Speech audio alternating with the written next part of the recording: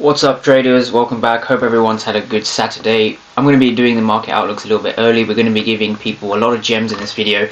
EURUSD outlooks, understanding how you can dissect a higher time frame in literally under 5 minutes, and you can apply this to any single strategy, be it crypto, futures, forex, options, gold, and just about any other forex pair you can name, right? So the way we do this is by understanding my 4-pillar market approach, right? So the 4-pillar market approach is very simple, right? We start with our market structure, we understand the dealing range, we understand premium and discount arrays or PD arrays, and last but not least we understand areas of inefficiency. Where are the fair value gaps? So this is a naked chart and I've started here on purpose. So the first thing to understand is our market structure. Market structure is one of the most important, one of the easiest and most misunderstood concepts within the markets, right? So we have a structural high over here. If I quickly mark out the daily structure, so we have a structural high, structural low, structural high, structural low, structural high, and now we have a structural low over here, right? And now we are still within our parent range. So this is our parent structural range. We see a clear shift over here to the left. So this is a market structure shift over here. And now we have a structural high down here and a structural low over here, right? So this is kind of our dealing range. So the top of this dealing range is about 1.131 and the bottom of that range is 1.042. Now from here, we have our dealing range and our structure. The next thing to understand is we're above this 50% level, which makes us in a premium. This is a premium range. This is above that 50% level. Now the final thing we look for is understanding the fair value gaps, right? So the fair value gap is the last candle over here before the fair value gap itself, right? This is the POI. Notice how we have a fair value gap over here. So this is what validates our key level, right? This is a key level, a key supply level, or just a key kind of POI. And so the reason this is a POI is because of 3 reasons, right? We had a market structure shift, so we are bearish in terms of our structure. We have a fair value gap, which I've just brought out, and we are in the premium. So these are the 4 things that validate the point of interest and the supply level. And now from here, we want to do the same thing. We want to understand where the demand levels are. Where are the bullish fair value gaps? Because these are going to be areas of pullback. So we have a bullish fair value gap over here, which price has reacted to from Thursday and Friday. And we also have a fair value gap down over here. So these are our 2 main regions of interest. Now with that being said, what we typically look for now is we're understanding that if we look at where fair value gaps are being respected, if we kind of zoom into this a little bit further, what we see is we saw a fair value gap over here that was respected. So pay attention to where those wicks are, right? Because the wicks often tell us kind of those hidden stories. So the bodies tell us the story, the wicks tell us who is in control. That's kind of how I like to look at it. Now when we see a wick over here rejecting off a fair value gap, this is basically price respecting supply. When price respects supply on more than one occasion, so notice how price respected this fair value gap and price has respected this fair value gap. So this is showing us that supply is currently in control of the market, right? Now from here we have kind of the same thing where we had a fair value gap from Monday, price kind of came in heavily, and now we are kind of in this region, right? So the way that I look at this based off a daily time frame is if we were to break above this level, then I do expect higher prices and we could expect this POI to be eventually broken based off weekly analysis. But if we're able to hold this fair value gap, then the next area of inefficiency is all the way down here, right?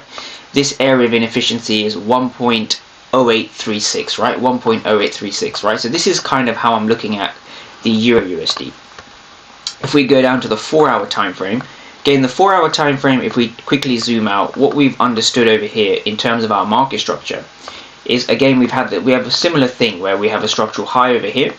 If I change this to orange, we've got a structural high over here, price gave us a structural low, and now from here we are currently dealing with this massive dealing range over here. So we have a structural low and we have a structural high over here. So the last high has been broken, right? So this is the last 4-hour high that's been violated just over here. And now from here, the daily time frame, we see the fair value gaps currently being respected. So we saw the wick coming over here and we see the bodies kind of coming up over here, right? So again, if price were to hold this area, then I do expect price to come down to this kind of fair value gap area on the 4-hour, right? So this is the next key level. So Determining a higher time frame bias isn't really difficult as long as you understand fair value gaps and liquidity, right? This is the two main things that price will look to seek, right? Price seeks fair value gaps over here, targets liquidity down here. Same thing over here. Price is looking to fill inefficiencies over here, and if the inefficiencies hold, we look to target the next inefficiency. So it's really this simple, right?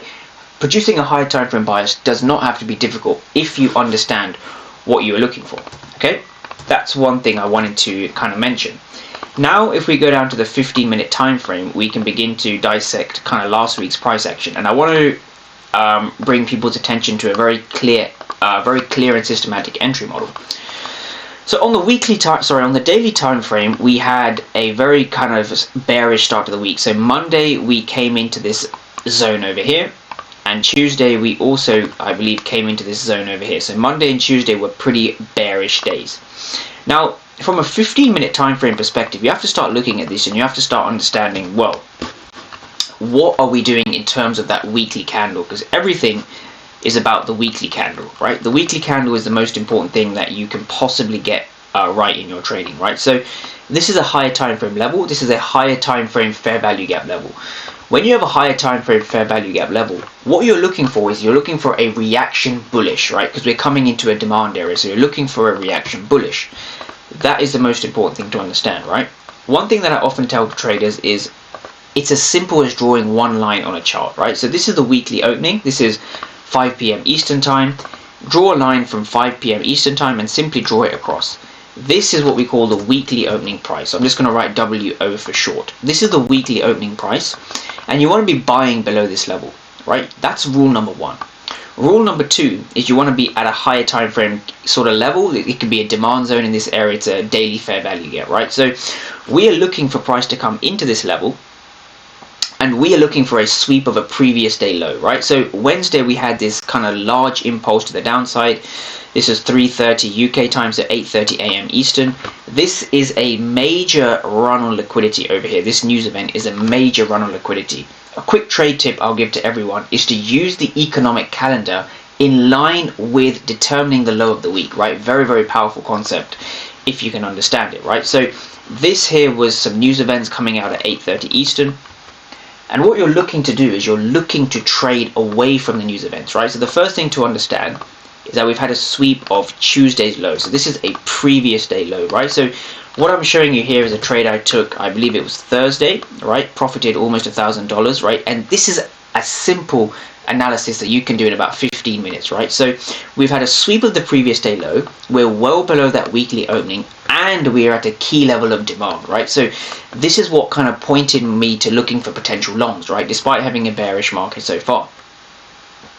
Now going into Thursday, right? Going into Thursday, we have something that really confirmed the kind of buy opportunities, and we had a two-phase manipulation model, right? So two-phase manipulation is very simple. We have an Asian range over here. Price swept the Asian range high. When price sweeps the Asian range high, this is known as an enticement of early buyers, manipulation phase 1. This is trapping those early buyers in the market. Now from here, price comes down and sweeps the Asian range low, right? So price kind of sweeps the Asian range low, and this gives us our Judah swing, right? This is our manipulation phase 2, the ICT Judah swing, or quite simply just the low of the day. Now this low of the day, again, very important to understand, it's going to occur below the Asian range low, sorry. Once we have that in place, notice how we have a fair value gap over here in London, right? So this is the London fair value gap, 9:15 UK time, right? 9:15 AM UK time. So this is essentially where we're looking to enter, right? So this is going to be our entry, stop loss below the Judah swing, and we're simply looking to buy up the weekly expansion, right? So before I play this on, let's quickly understand. Let's understand a few things, right? The first thing to understand is that we are below the weekly opening price, right? So we're below the weekly opening price.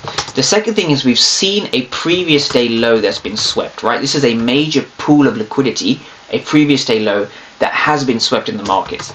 The third thing you have to understand is that we're at a higher time frame fair value gap, right? And we've had a shift of the market structures. So we've seen market structure give us a shift. If I just play this on quickly, we had our shift of the market structure just over here. So once price shifts with the market structure, right, we had some news events coming in. this is how we're able to catch the weekly expansion, right? And so where do you target? This is a question I often get from traders. Where do you actually target? Well, everything's about retesting that weekly opening, right? But before we get there, we have a massive pool of liquidity over here, right? We have some trend line, right? 1, 2, 3, 4, 5 taps of this trend line, and we're looking to target that weekly opening. So you can target the previous day high and eventually the weekly opening, right? So this wasn't exactly my entry. I entered slightly higher, so my risk reward wasn't as high. But that's beside the point, right? It's understanding that if you can understand the weekly expansion, right, it's very, very simple and easy to understand, right? If you understand where you are buying and selling from. So to break that down one more time, the daily time frame again, Thursday was able to expand higher. The daily time frame gave us that expansion because we're at a daily fair value gap, right? And from here, the 15-minute time frame again, we're simply targeting sell side liquidity, buying below the weekly opening after a major sweep of liquidity. So this is kind of my checklist. This is kind of the rules I follow in the markets when deciding whether to buy, whether to sell, or whether simply just to stay cash, right? So trading the forex markets can be as simple as drawing one line and you're on your chart, and it all starts from this line over here, the weekly opening. You want to buy below the weekly opening and sell above the weekly opening, right? So to quickly break that down again, if we have a bullish week like this, let's say we have a bullish week, we have a nice green candle over here, right? Our job is, if the market kind of opens over here, right? The market opens over here, similar to how it did last week. The markets are going to move down to move up, right? So if the intention of the markets is to go up, the markets will always go down, right? So our job is to buy as close as we can towards that weekly low, right? And then from here, we're simply looking to buy the expansion up off some fair value gap. And that's exactly how this entry was taken over here, right? So it's all about understanding the weekly expansion and trading in line with it, right? So it's as simple as that. If you like this video, give it a like, give it a thumbs up. We're offering free one-to-one sessions over at Price Action Lab. So if that's something that interests you, book a call with myself and we can perhaps take your trading to the next level, right? With simple, systematic and emotion-free strategies.